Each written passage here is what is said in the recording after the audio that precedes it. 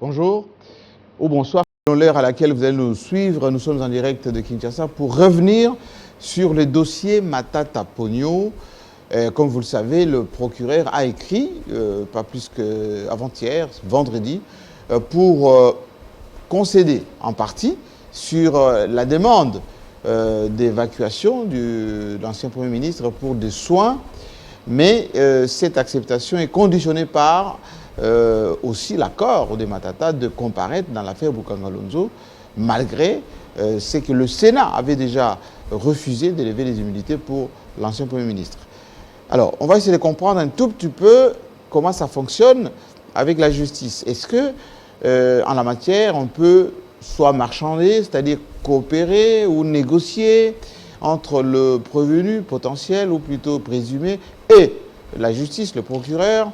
Dans les cas d'espèce, est-ce que Matata Ponyo doit céder ou plutôt rester attaché au texte? Alors, j'ai fait venir ces avocats pour savoir un peu plus clairement de quoi il s'agit. Parce qu'effectivement, si l'appel que nous avons lancé ici, qu'eux, ils ont lancé, pour que Matata soit autorisé à aller se faire soigner, surtout contrôler après cet empoisonnement, il faut maintenant qu'on sache si, d'abord, la justice, elle est bien interprétée par ses animateurs, où il y a un petit problème entre l'animateur de la justice et les textes eux-mêmes. Alors, avec nous, Yves Kisombe, avocat, question directe. Est-ce que la médiatisation de cette affaire Matata Ponyo, la manière dont ça évolue aujourd'hui, on a dit que sa santé, et qui est l'un des premiers droits de l'être humain, est aujourd'hui, ma foi, un peu fragile. Enfin, le magistrat ou le procureur a accepté que Matata aille se faire soigner, mais est-ce que la condition qu'il comparaisse, est-ce que c'est légal? Question directe, réponse directe si possible. Jean-Marie Kassamba, merci de nous offrir votre précieux temps et votre précieux plateau. Ce n'est pas légal. C'est d'autant moins légal qu'il s'agit ici, comme nous avons eu à l'évoquer, du droit à la vie, du droit à l'intégrité physique.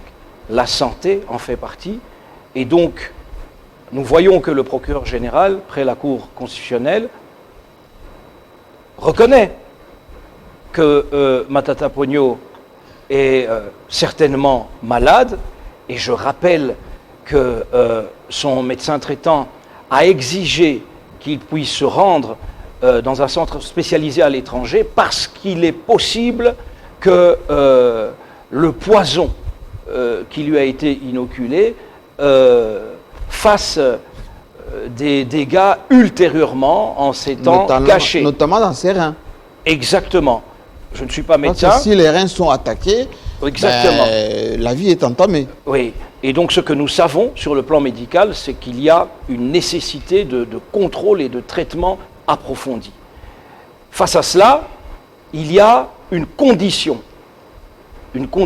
qui est que le sénateur Matata, ancien Premier ministre, accepte d'être entendu sur le dossier Boukangalonzo.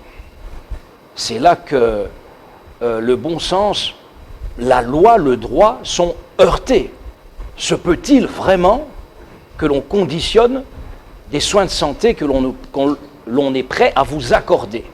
C'est ainsi que, face à cela... Alors qu'il soit entendu avant ou après son départ? Avant qu'il puisse se rendre à l'étranger pour des soins de santé. Je remercie encore les services du président de la République qui ont encouragé une issue favorable, puisqu'il est question de santé. Ce n'est donc pas une intervention, j'allais dire, dans le sens de confort, favoriser ou de confort. Ce n'est pas pour faire plaisir à un citoyen plutôt qu'aux autres. Ici, s'il doit aller se faire soigner, c'est à ses frais. Et donc, à tout seigneur, tout honneur, il faut saluer cette attitude, puisque le Sénat, lui, n'a pas daigné répondre, ou plutôt le bureau du Sénat, le président du Sénat.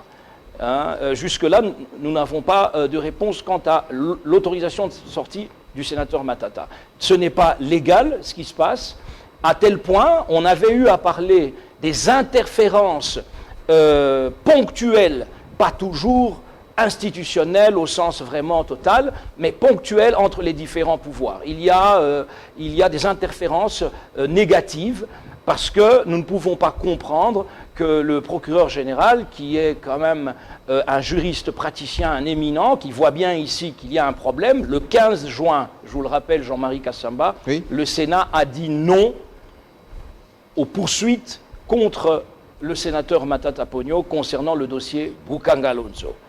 Et nous, en tant que juristes, en tant qu'avocats, nous ne pouvons pas, par nos conseils envers notre client, encourager une pratique qui serait consacrée dans le sens du non-respect des décisions irrévocables des institutions dans le cadre de l'état de droit. Est-ce que, quand je demandais c'est légal, est-ce que, comme on le voit aux États-Unis, il y a souvent des négociations entre le prévenu, entre celui qui est en maille avec la justice, avec le procureur.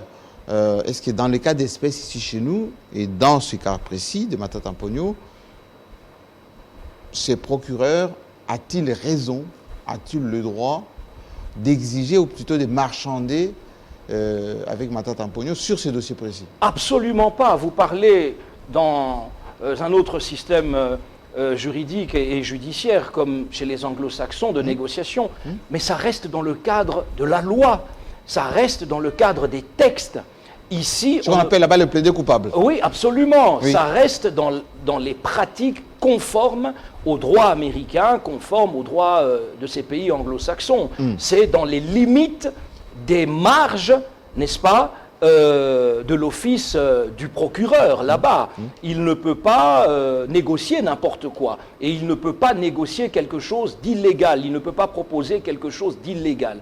Ici, nous ne pouvons pas, par nos conseils, faire en sorte que demain, le parquet général, près la Cour constitutionnelle ou d'autres juridictions, puisse se prévaloir du fait que, voyez, dans le cas de Matata Ponyo, bien que le Sénat avait dit non aux poursuites, à la levée des immunités, oui, eh bien, il a quand même comparu, il a été entendu sur procès verbal, il a été auditionné dans le cadre, telle personne ou telle autre autorité, dans le cadre, n'est-ce pas, des attentes du parquet. Ici, très respectueusement, nous avons pu obtenir du sénateur Matata, qui a bien compris la chose, puisque c'est un homme extrêmement méticuleux, qui a compris qu'il ne pouvait pas accéder à la demande du procureur général, parce qu'elle est illégale, celle de l'entendre sur le dossier Bukanga Alonso. Il lui a tout à fait respectueusement opposé, n'est-ce pas, cette résolution du Sénat du 15 juin disant non. Il faut respecter l'état de droit, c'est le leitmotiv du président de la République, et nous y souscrivons tous, n'est-ce pas? L'état de droit, ce n'est pas un état de faveur, ce n'est pas l'arbitraire, ce n'est pas les sentiments, ce ne sont pas les sentiments, ce ne sont pas, n'est-ce pas, le bon vouloir de chacun. Mais merci beaucoup, Maître Chiquez. Moi j'aimerais bien savoir ce qui vous gêne, vous les avocats. Vous avez quand même obtenu là que le procureur général accepte, concède à ces demandes de Matata de se faire soigner, de partir. Mais qu'est-ce que ça vous gêne qu'ils répondent aux questions sur les dossiers Bukanga Alonso, parce que c'est le même individu? Oui. Doit-on, en tant qu'avocat aussi, conseiller à un client d'accepter la violation de ses propres droits? Il a violé ses droits? C'est là, non, si nous allons dans le sens de conseiller au client de répondre favorablement à ses courriers, c'est-à-dire d'accepter qu'il soit entendu sur le dossier Bukanga Alonso, Oui. au seul motif que c'est la condition d'obtention de son droit d'aller se faire soigner. Nous sommes devant une situation compliquée. D'un côté, nous avons nos textes, de l'autre côté, nous avons la vie à sauver. Mais si nous devons rester dans le texte, je ne me vois pas en train de conseiller à mon client de répondre. Pourquoi? Parce que vous lui avez conseillé de ne pas répondre à ces policiers qui étaient venus le chercher chez lui à la maison, jusque dans sa chambre. Il a opposé le fameux article dont oui, vous avez dit, de loi. Mais là, le procureur général va vous dire, je suis d'accord qu'il s'est fait contrôler, qu'il s'est fait soigner, mais laissez-les quand même qu'ils soient entendus. En quoi il viole la loi, le procureur général? Il viole la loi qu'on appelle la loi procédurale. Parce que avant d'entendre le sénateur Matata Ponyo, l'organe de la loi qui est d'ailleurs le gardien du temple, parce que celui qui veille au respect même de loi, il est sans ignorer qu'à ce stade, il ne tient à aucun fil légal. Ah bon? À ce stade. Et vous dites comme Du début, Kisombe qu'il y a de l'illégalité dans l'air là. Évidemment, du début jusqu'à la fin. D'ailleurs, lorsque nous arrivons au niveau de négocier ou de ce qu'on appelle sous forme d'un marchandage, c'est-à-dire je vous dis, donnez-moi ceci, je ferai cela. Et il est placé dans une situation où le consentement lui-même est vicié. Le consentement du sénateur Matata Ponyo est vicié. Alors, toute déclaration que le sénateur pourra, demain après-demain, il est entendu sur le dossier Bukanga Lonzo. Oui. Et après, ces procès-verbaux seront déposés devant un juge. Croyez-vous qu'un juge sérieux pourra prendre en considération ces PV? Nous disons non, parce que dans notre droit pénal, il est connu qu'aucune preuve obtenue d'une manière illégale ne peut passer dans les oreilles d'un juge. Alors, devrions-nous accepter qu'il aille comparaître, qu'il dépose ce qu'aucun juge ne pourra entendre demain? Nous disons non. L'illégalité à quel niveau? D'abord au niveau du consentement, parce que aujourd'hui, si Matata Ponyo accepte ce consentement-là devant ce procès verbal, il n'est pas régulier, il est entaché. Une fois que le consentement est entaché, le reste est biaisé. Normalement, quand on doit entendre un prévenu ou un inculpé devant le procureur lui-même se met dans le carré de la loi. Il se reconnaît le pouvoir d'entendre et les déclarations que l'inculpé dépose et signe passent devant un juge comme des preuves irréfutables. Mais lorsque on démontre devant un tribunal que ces PV ont été dressés, où les vérités ou les mensonges, tout ce qui est couché sur les procès-verbaux, ont été obtenus d'une manière illégale, un juge sérieux vous dit « Ok, je recommence l'instruction à zéro, tout est déclassé. » Vous comprenez? Alors, nous, vous voulez éviter ça? Nous évitons. Premièrement, nous évitons pourquoi? Parce que c'est illégal. C'est illégal de marchander, parce que la procédure pénale est très claire. On n'invente rien, même son interprétation est stricte. C'est-à-dire, on n'invente rien comme on est en matière civile ou les arrangements à l'amiable, parce que vous avez parlé de... Oui, les systèmes américains, oui. Les arrangements se font, mais chez nous, lorsque nous sommes en matière pénale, il n'y a que l'aspect civil, hein, où on peut entamer des arrangements. Oui. Sur le plan pénal, il n'y a pas d'arrangement. C'est-à-dire, soit vous l'êtes, soit vous ne l'êtes pas, soit on fait ceci, soit cela. Et cette lettre a une rubrique.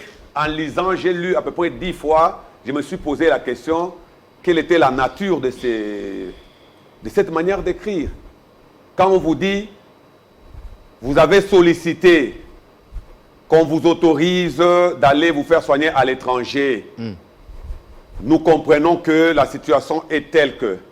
Mais si vous voulez obtenir une décision favorable de notre part, veuillez vous présenter en homme libre et accepter d'être entendu sur le dossier Bukanga Lonzo, et là nous les ferons. Là, premièrement, nous disons, nous sommes en face de qui? Nous sommes en face du procureur général, notamment en tant qu'institution, et des deux en tant qu'agent animateur. Mais si nous prenons en tant qu'agent animateur, nous l'avons contrôlé tout au long de ces dossiers. Vous êtes sans ignorer que lors de son réquisitoire devant le Sénat, il a bien signalé que pour le cas Matata Ponyo, je vais me référer à l'article 166 de la Constitution. Ça, c'est la première correspondance. Oui, lorsqu'il saisit le Sénat, lui-même procureur général, a dit que pour le cas Matata Ponyo, je vais me référer à l'article 166 de la Constitution, c'est-à-dire en convoquant un congrès, en sollicitant que le congrès siège. Vu le statut de Matata. Oui, ça c'est lui le procureur. Oui. Après, il va encore changer pour aller obtenir la levée des immunités en violation de cette même disposition que lui-même avait proposée, avait soutenue. Nous lisons toujours ces actes. Nous évoluons, il obtient cette autorisation par le bureau sur un autre dossier, le dossier de la zarisation.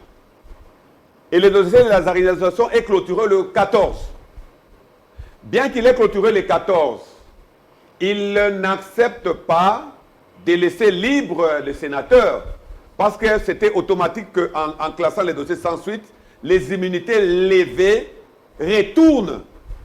Parce qu'on les a levées pour ces dossiers-là. Quand il les classe sans suite, c'est-à-dire au 14 pour nous, dans notre interprétation de texte, au 14, les immunités du sénateur Matata Ponyo lui revenaient de plein droit. Mais nous allons comprendre que 3 jours après, il sera convoqué dans un temps autre que celui dont le dossier... Est-ce que cette convocation-là était hors la loi? Évidemment. Parce que la loi dit ceci. Lorsque un OPJ ou un magistrat du parquet a des informations sur une personne couverte par des immunités, il doit préalablement, c'est-à-dire dès qu'il a l'information, le préalable c'est de solliciter la levée de ses immunités. Alors, s'il l'a sollicité sur les dossiers aérianisation, il l'a obtenu, bien qu'il a sollicité et obtenu illégalement. Et j'insiste que c'était illégal. Mais à ce stade-là, après les 14, les immunités du sénateur sont retournées. Mais 3 jours après, il reçoit une convocation sur le dossier Boukangalonzo. Et il dit au procureur qu'il ne peut pas répondre parce que ça ne collabore pas. Et le procureur va continuer à faire cette pression jusqu'à ce qui s'est passé chez lui. Vous avez assisté, c'est passé même sur les réseaux sociaux, qu'il y a eu la police qui est intervenue chez lui à la maison. Son domicile. Violation des domiciles, parce que le domicile, si les gens ne le savent pas, fait partie aussi des droits de l'homme. Le domicile fait partie de la personne humaine elle-même. On ne peut pas perquisitionner un domicile comme ça, on ne peut pas entrer dans les domiciles d'une personne comme ça. Ce sont des droits fondamentaux et constitutionnellement protégés. Nous avons tout vécu, nous avons tout vu. Mais dans notre analyse, le dossier Boukangalonzo ne pouvait plus retourner à la surface de l'eau. Premièrement parce que le Sénat l'avait rejeté, avait refusé. Deuxièmement, parce que le fait même d'aller solliciter la levée des immunités, c'était illégal, au motif que ce procureur général près la Cour constitutionnelle n'est pas le magistrat du sénateur Matata Ponyo, bien qu'il évoque la situation des faits prétendument commis pendant qu'il était Premier ministre, mais la loi ne lui dit pas ça. La loi le renvoie à poursuivre le Premier ministre en fonction et le président de la République en fonction. Donc le fait de quitter ces deux personnalités et aller poursuivre celui qui fut Premier ministre, il viole sa parcelle de pouvoir, il quitte sa parcelle de pouvoir et c'est en violation de la loi. Mais il y a quand même des précédents, maître. Il ne faut pas, comme ça, jeter ce qu'a fait le procureur comme s'il était quelque chose d'inédit, parce qu'il y a eu des élus qui ont été entendus par lui. Évidemment, ce qui est très scandaleux. Mais ces élus ne se sont jamais plaints. Non, ce n'est pas à eux de se plaindre, M. Jean-Marie. Les immunités ne protègent jamais des individus, personnes physiques, non. Les immunités protègent la fonction. C'est parlementaire parce qu'il y a une qui est sénatrice et l'autre qui est députée. Oui. Elles ne s'appartiennent pas à elles-mêmes. Elles sont protégées par le texte en vertu des fonctions. Est-ce que c'est par ignorance qu'ils ne se sont pas plaints? Je ne sais pas si c'était un club d'amis ou c'était l'ignorance. Je ne sais pas. Mais je pense que c'est la réaction du Sénat ou du Parlement qui nous intéresserait. Lorsque le Parlement apprend que 2 des nôtres ont été entendus par un procureur général sans préalablement solliciter la levée des immunités. Mais c'est très grave. Je vous dis que sous d'autres cieux, il y aurait des correspondances du Parlement pour demander des explications au pouvoir judiciaire. Il y aurait, parce que vous avez touché là où on ne touche pas. On ne peut pas blaguer avec un Parlement, on ne peut pas blaguer avec un Sénat. Le Sénat, on ne le touche pas. Et on ne protège pas les individus là-bas au Parlement, on protège les fonctions. Donc aujourd'hui, si nous acceptons que le sénateur Matata adhère dans tout ça, nous nous ne ferons pas œuvre utile parce que dans l'avenir, les sénateurs seront traînés même devant des OPJ. Ils seront traînés devant tout le monde avec leurs immunités. Merci beaucoup. Et à quoi ça sert d'avoir les immunités si on peut les balayer en violation de la loi? Alors, Maître Kisombe, quelle serait la démarche idoine en la matière? Parce que on a l'impression que plus on évolue dans ces dossiers, plus il y a une dimension, allez, on ne dit pas marchandage, hein, c'est un mot un peu fort qui a été utilisé par votre collègue, mais les pourris cherchent par tous les moyens pour quand même entendre Matata sur Boukangalonzo. Est-ce qu'on peut dire que ce dossier doit être classé sans suite? Est-ce qu'on peut dire qu'avec pression, le Sénat va peut-être d'une manière ou d'une autre lever ses humilités ou autoriser à ce que ces procureurs poursuivent Matata? C'est quoi la démarche idoine en la matière? Il faut classer ou il faut poursuivre? Il faut incontestablement classer sans suite le dossier Boukangalonzo concernant... Et que Matata recouvre ses humilités. Le sénateur Matata est tel une sorte de prisonnier politique. Politique au sens... Vous y allez fort là. Ah oui, au sens du terme tel qu'il concerne le non judiciaire dans l'affaire. Parce que sur le plan judiciaire... Il n'y a pas encore l'arbitraire jusque-là. Nous sommes dans l'arbitraire. L'arbitraire, c'est ce qui sort de la loi, ce qui est fait de par le bon vouloir de l'autorité et non sous les exigences de la loi. C'est cela l'arbitraire. Et c'est cela que l'état de droit condamne et combat.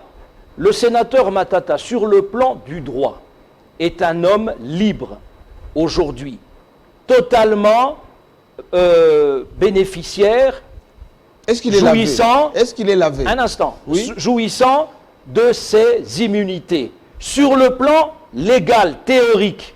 Pourquoi? Parce que le dossier zaïrianisation sur lequel il a été entendu... C'est classé. A été complètement démonté. Il n'y avait rien contre Matata. Et sur le dossier Boukangalonzo, je le répète, le Sénat a dit pas de poursuite en ce qui concerne le sénateur. Non pas l'individu, mais la fonction reste protégée. Par voie de conséquence, sur le plan purement légal, conformément à la Constitution et à la procédure pénale, le sénateur Matata est un homme libre qui a recouvert ses immunités. Mais, sur le terrain, en pratique, c'est le contraire. Il ne peut pas quitter Kinshasa, il ne peut même pas se rendre chez lui à Kindu. Ça, c'est la réalité. Il ne peut pas sortir du pays. Or, je le répète, l'article 109 de la Constitution, l'article 220, alinéa 1er du règlement intérieur du Sénat, consacre la liberté totale du sénateur d'aller et de venir, y compris à l'extérieur du pays, son droit à la santé, son droit à des soins médicaux et à être éventuellement évacué.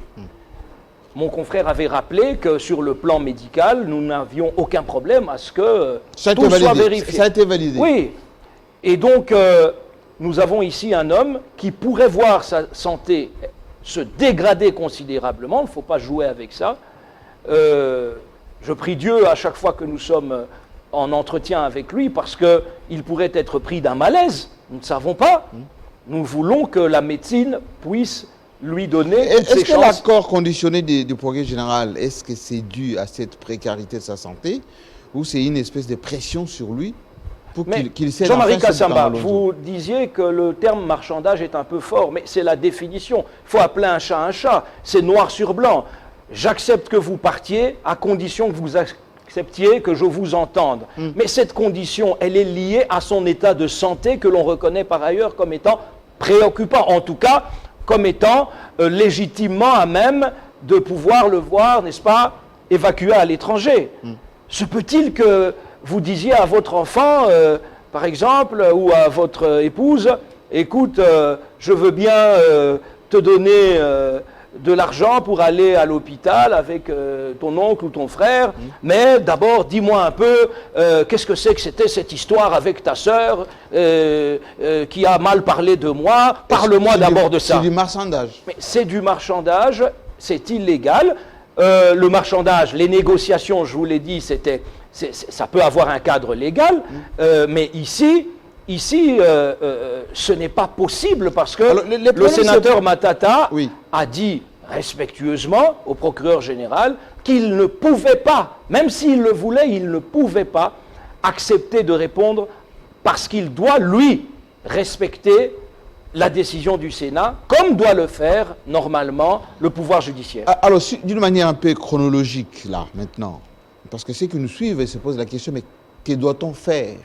Est-ce que c'est le Sénat, le bureau du Sénat, la plénière du Sénat, ou le procureur général qui doit non seulement faire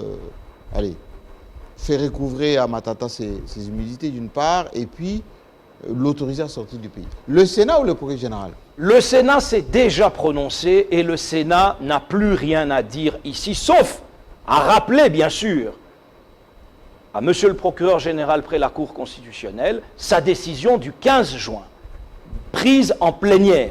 Ça, le Sénat peut faire par une correspondance. Comme m'a dit maître Tchingej, Oui. On verrait sous d'autres cieux, ici aussi on peut l'espérer, pourquoi pas, que le Sénat, comme pour ces parlementaires qui ont été illégalement entendus, sans que demande en ait été faite à l'Assemblée nationale et au Sénat. Il n'y a pas eu de protestation jusque-là. Hein? Non, parce que les concernés n'ont dit mot, mais l'institution Assemblée nationale, l'institution Sénat, peut s'en saisir et dénoncer, n'est-ce pas, cette irrégularité, cette illégalité qu'a été leur audition, n'est-ce pas? Et donc ici, le sénateur Matata, théoriquement, n'a plus aucun problème avec le parquet, ni avec le Sénat. Qui doit se prononcer en premier?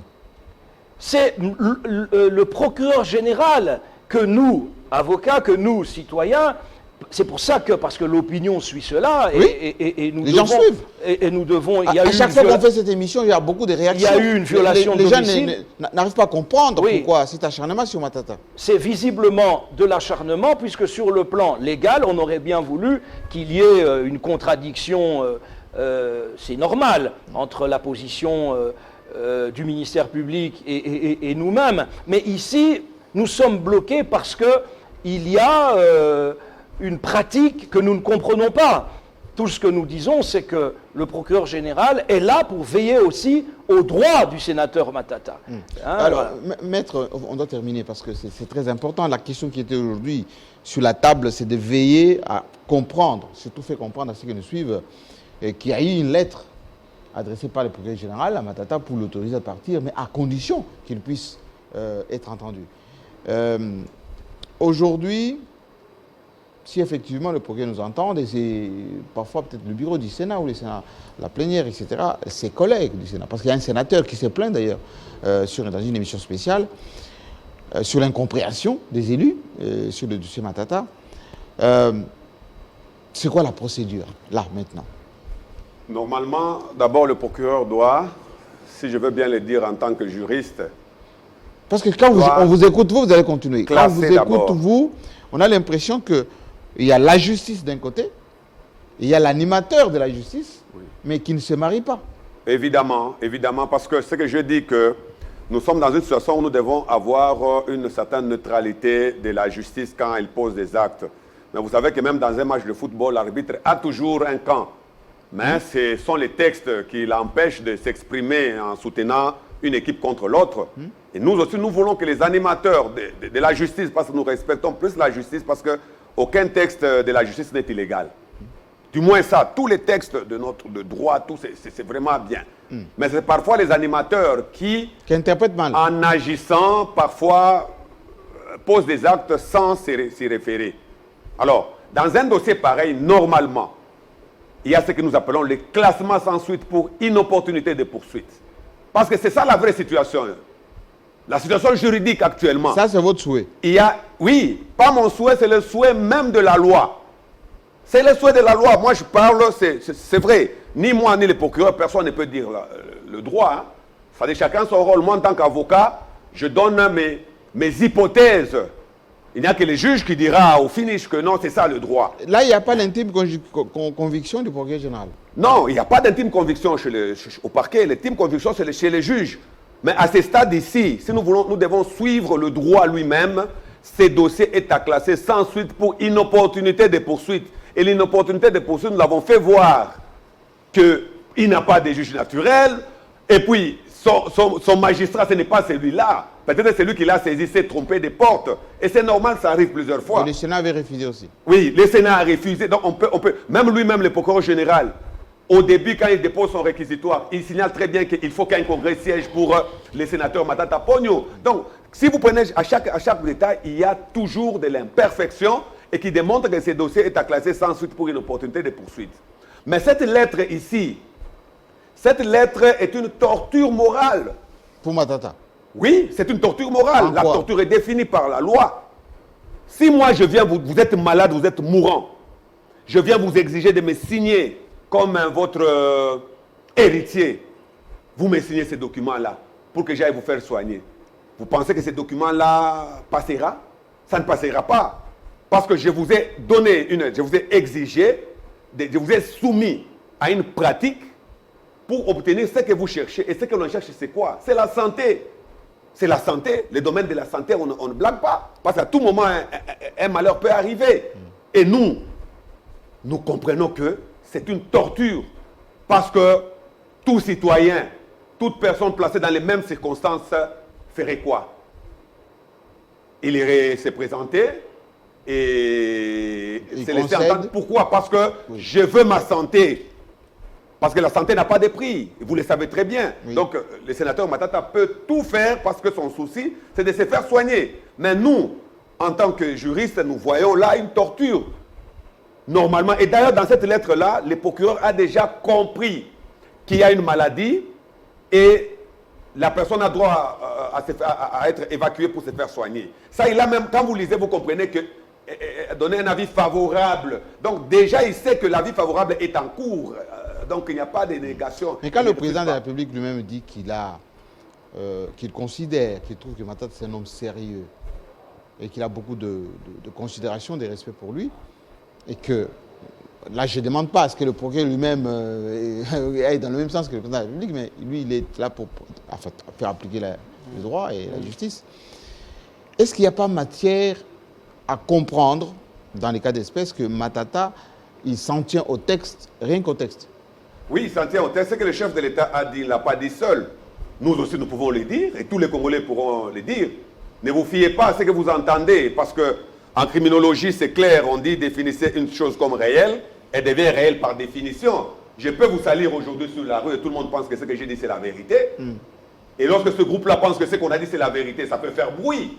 Mais nous ne sommes pas dans le bruit, nous sommes dans le sérieux, nous sommes dans ce qui peut se constater. Donc, ce que le chef de l'État a dit, ce que nous pouvons dire, je pense que presque tous les Congolais diront la même chose. Ce n'est pas démontré sur la personnalité de Matata. Mais à ce stade ici, nous sommes en train d'interpréter le comportement du parquet général. Nous sommes en train d'interpréter, de prendre les hypothèses de ces comportements, tenter de les insérer dans les hypothèses légales. Ça n'entre pas, ça ne passe pas. Donc, nous devons aujourd'hui penser que... Est-ce que vous-même, vous n'êtes pas en train de faire chanter le procureur général aussi? Non. Non, parce que c'est que disant, je dis... l'égalité, l'égalité, l'égalité, car en réalité, vous savez aussi, il y a quelques fenêtres de culpabilité. C'est mon rôle. Mon rôle en tant qu'avocat, il est là. Je suis le partenaire de la justice. En tant qu'avocat, je suis partenaire de la justice. Je suis la voix des sans-voix. C'est-à-dire, si nous nous taisons, même la justice s'arrêtera. Donc, notre rôle au sein de l'appareil judiciaire est primordial.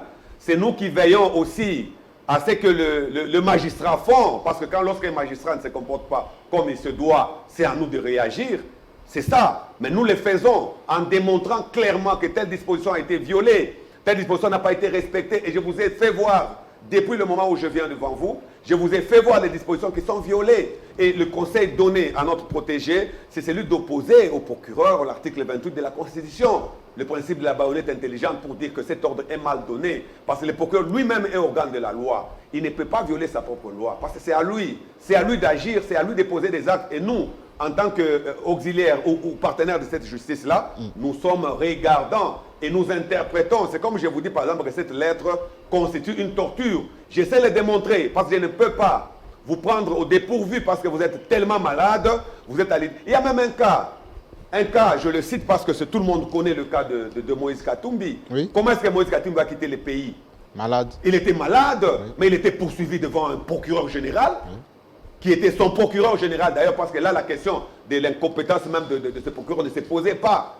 Mais, vu la situation de la santé, la justice avait estimé que c'était normal qu'il allait se faire soigner. Il est allé se faire soigner. Donc, ce sont des cas que ce n'est pas pour la première fois qu'une personne tombe malade. Et même, je l'ai dit, même un infracteur de tout, même quelqu'un qui a reçu des balles, lorsqu'il est allé voler, il reçoit des balles, mais on commence par le soigner.